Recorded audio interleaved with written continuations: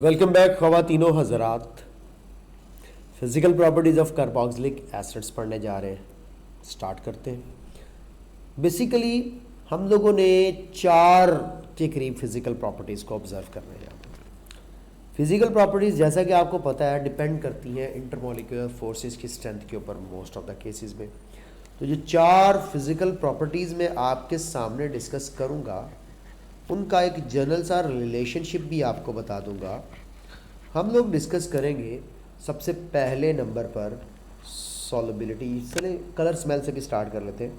Colour कैसा दिखता है, स्मेल या ऑर्डर कैसा है इनका, ठीक है, टेस्ट कैसा है, ये सबसे पहले नंबर पर डिस्कस कर लेंगे हम लोग। उसके बाद असल चीज़ जो आती है वो सॉल्युबिलिटी आती है। उसके बाद आप लोगों को मेल्टिंग पॉइंट्स देखने को मिलेंगे, फिर आप लोगों को बॉइलिंग पॉइंट्स देखने को मिलेंगे। उसके बाद मैं थोड़ा सा आपको आइडिया दे दूंगा एसिडिक स्ट्रेंथ के हवाले से भी, और साथ ही में आइडिया हो जाएगा आप लोगों को रिएक्टिविटी का भी, यानी कि थोड़ा सा आपको ये भी आइडिया साथ ही कार्बन नंबर के साथ रिलेट करके दे दूंगा इसी स्लाइड के ऊपर। कलर वगैरह को, टेस्ट वगैरह को, स्मेल वगैरह को अभी थोड़ी देर में डिस्कस कर लेते हैं। सॉल्युबिलिटी का याद रख लेना है कि हाइड्रोजन बॉन्डिंग की वजह से कार्बोक्सिलिक एसिड्स के अंदर सॉल्युबिलिटी देखने को मिलती है।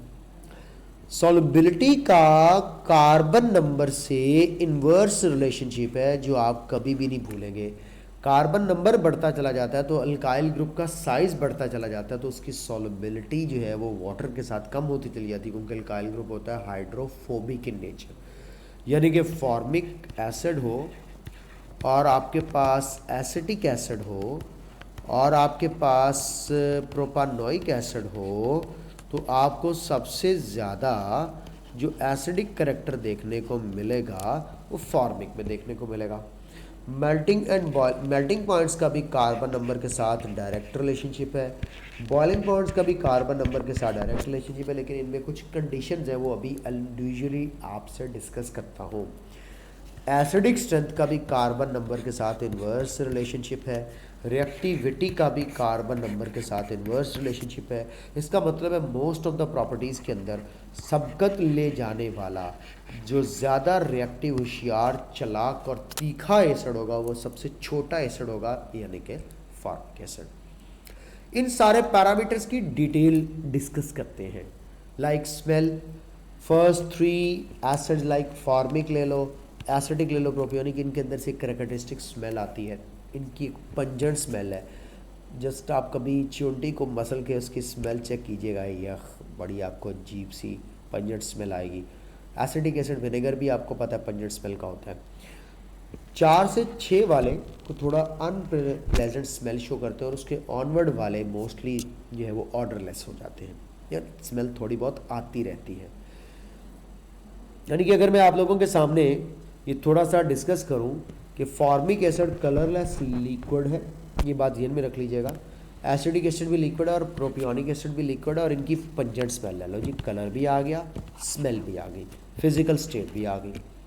ब्यूटेनोइक एसिड यानी कि कार्बन नंबर 1 से कार्बन नंबर 3 तक कैटेगरीज होगी। कार्बन नंबर 4 से उठा के कार्बन नंबर 9 तक जाओ तो ऑयली ऑर्डरलेस लिक्विड्स हैं, यानी कि ऑर्डर ज़रा कम ही होती है, ऑयली ऑर्डरलेस लिक्विड्स हैं। रेंसिड बटर, गंदे मक्खन, देसी घी, पराठा पक रहा हो तो उसकी जो स्मेल आती है उससे मिलती जुलती स्मेल इनके अंदर से आती है। बट देसी घी की स्मेल अगर प्योर हो तो बहुत मज़ा करवाती है। यहाँ पे अनप्लेजेंट स्मेल लिखा हुआ है, वही हो सकता है 2 नंबर देसी घी हो, ठीक है।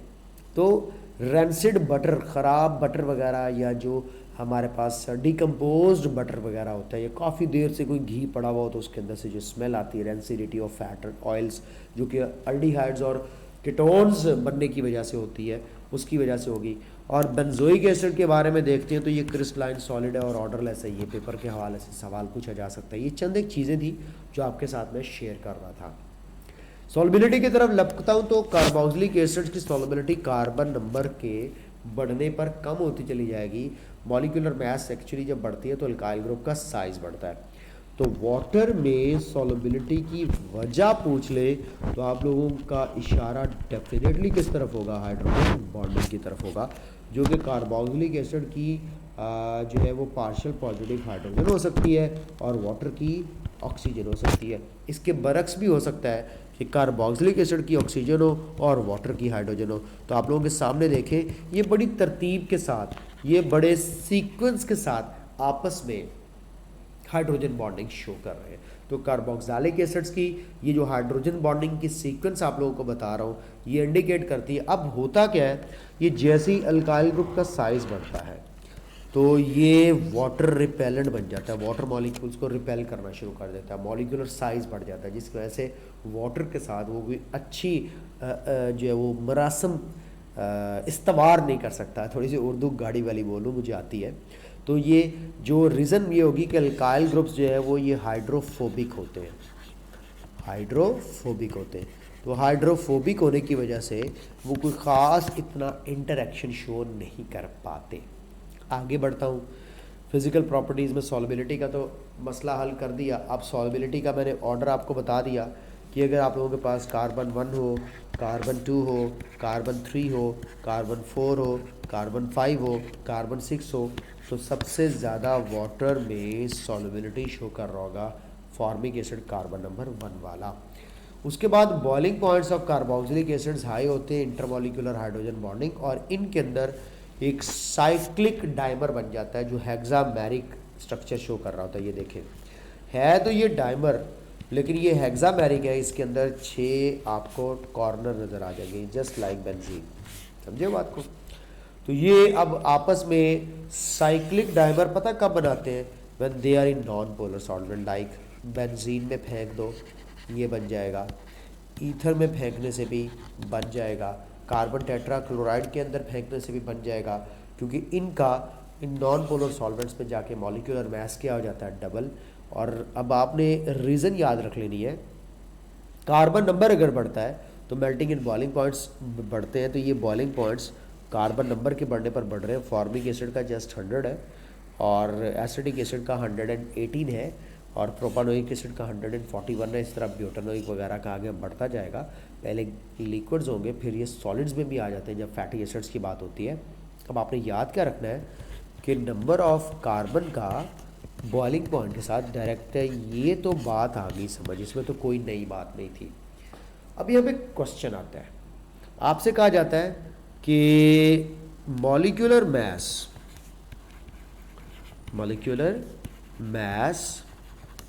ऑफ कार्बोक्सिलिक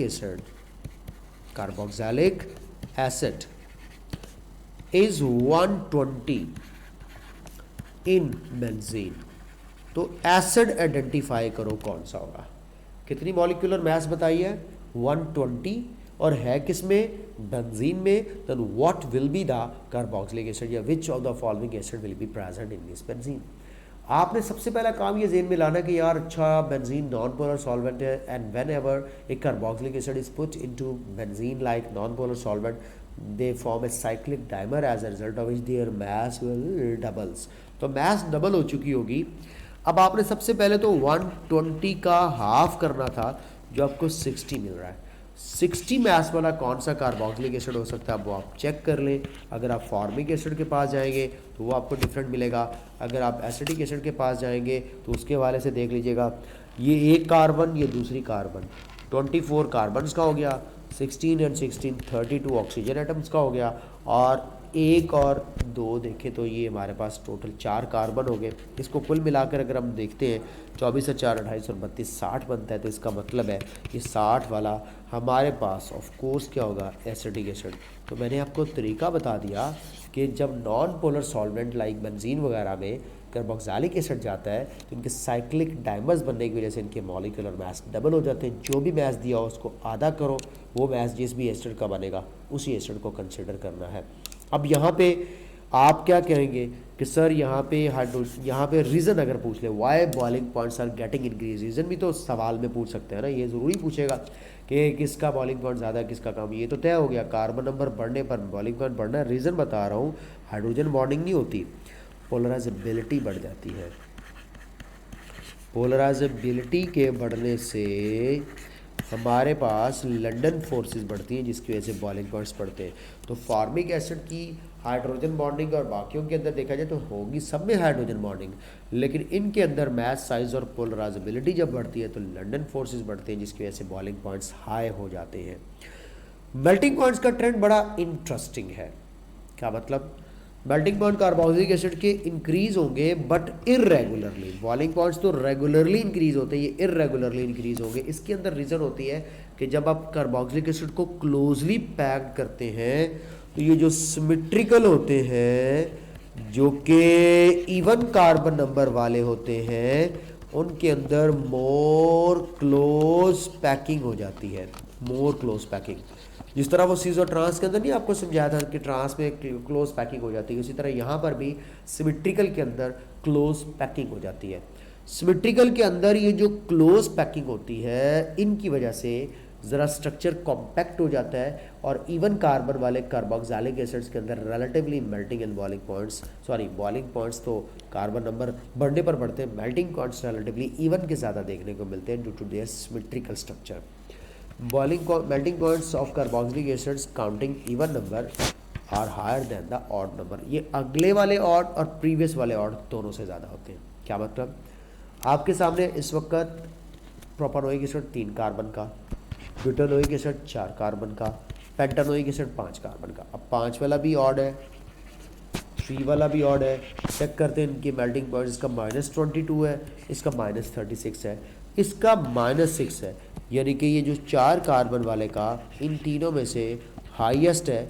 वजह ये लिखी हुई है कि इसके अंदर कार्बन नंबर इवन है, इसका सिमेट्रिकल स्ट्रक्चर, इसके अंदर क्लोज पैकिंग रैंडम नहीं होती, रेगुलर क्लोज पैकिंग होती है। ये बात ज़हन में रख लीजिएगा। तो कुदरत ने इसको बनाया ही ऐसा है। ये देखिएगा, फॉर्मिक, एसिटिक, प्रोपियोनिक, ब्यूटारिक और वलेरिक के बॉइलिंग पॉइंट्स आपको देखो तो कंटिन्यूसली बढ़ते हुए नज़र आ रहे होंगे। मेल्टिंग पॉइंट्स देखो, फॉर्मिक का 8 है, प्रोपियोनिक का -22 है, लेकिन एसिटिक एसिड का 16 है। इसका मतलब है फॉर्मिक से भी ज़्यादा, प्रोपियोनिक से भी ज़्यादा।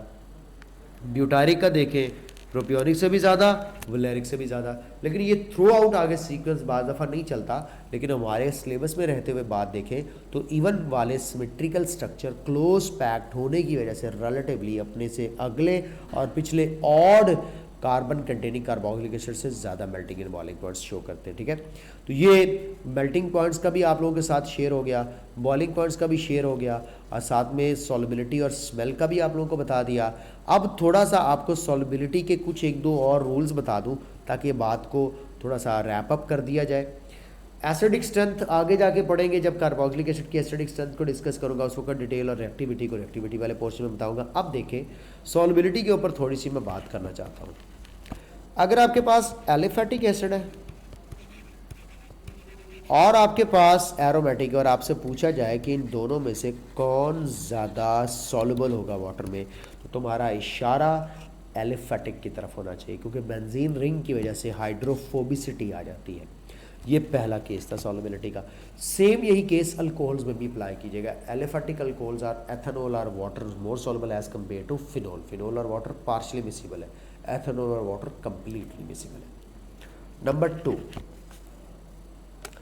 एलिफेटिक और एरोमेटिक और लेस कार्बन मोर कार्बन तो तय हो गया। जिस तरह मैंने बोला है कि लेस कार्बन वाले हो तो वो ज़्यादा सॉल्युबल होंगे as compare to more carbon, ये बात तो पहले ही हो चुकी है।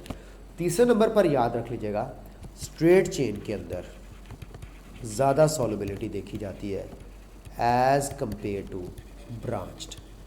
उसकी रीज़न होती है कि ये जो सॉल्युबिलिटी हाइड्रोजन बॉन्डिंग बनानी है ना कार्बोक्सिलिक ग्रुप ने, इसके गिर्द अगर आप ब्रांचेस लगा देंगे तो इन ब्रांचेस ने आकर के ये जो पार्शियल पॉजिटिव हाइड्रोजन है जो वाटर के साथ सिरक के हाइड्रोजन बॉन्ड बनाने के चक्रों में होगी, उसको स्टेरिकली हिंडर्ड कर देंगे। ठीक है, याद रखिएगा, स्ट्रेट चेन मोर सॉल्युबल दैन ब्रांच्ड। फिर आप लोगों को यहाँ पे ये भी पता होना चाहिए कि less carbon more carbon, aliphatic और एरोमेटिक तो बता दिया। अगर आप किसी भी कार्बोक्सिलिक एसिड की साथ अटैच कर देते हैं इलेक्ट्रॉन डोनेटिंग या इलेक्ट्रॉन विदड्रॉइंग ग्रुप्स, तो वो भी सॉल्युबिलिटी को इफेक्ट कर सकते हैं, लेकिन वो ज़्यादा इफेक्ट एसिडिक स्ट्रेंथ को करते हैं। तो ये ख़ास तौर पे आप लोगों ने याद रख लेना है। कि स्ट्रेट चेन ब्रांच से ज़्यादा सॉल्युबल, एलिफेटिक एरोमेटिक से ज़्यादा सॉल्युबल, और बेटे साइक्लिक और नॉन साइक्लिक में भी देख लें तो मैं लिखने लगा हूँ नॉन साइक्लिक ज़्यादा होंगे एज़ कम्पेयर टू साइक्लिक। यानी कि जो साइक्लोहेक्सेनोइक एसिड होगा वो लेस सॉल्युबल होगा, क्योंकि रिंग जो है ना वो वाटर के साथ कोई इतनी ख़ास मोहब्बत शो नहीं करता, तो रिंग वाले वाटर में लेस सॉल्युबल होंगे। ये जो मैंने आपको रूल्स बताए हैं ये सेम रूल्स सॉल्युबिलिटी के अल्कोहल्स पर भी अप्लाई करना। कम कार्बन की अल्कोहल ज़्यादा सॉल्युबल, एलिफेटिक अल्कोहल ज़्यादा सॉल्युबल, स्ट्रेट चेन अल्कोहल ज़्यादा soluble and non cyclic alcohols relatively ज़्यादा सॉल्युबल। ठीक है, ये बात डन हो चुकी है हमारे पास। अब आप लोगों को फिज़िकल प्रॉपर्टी से आने वाले क्वेश्चंस, उसकी रीज़न्स, ये सारी चीज़ें बता दी हैं। अगली वीडियो थोड़ी सी बनाते हैं प्रेपरेशन के ऊपर, 2-4 प्रेपरेशन के मेथड वही पुराने ऑक्सीडेशन वगैरह वाले बता के, तो मैं डायरेक्ट ले जाऊंगा आपको reactivity of the carboxylic acid की तरफ। वॉच कीजिएगा नेक्स्ट वीडियो। Bye bye.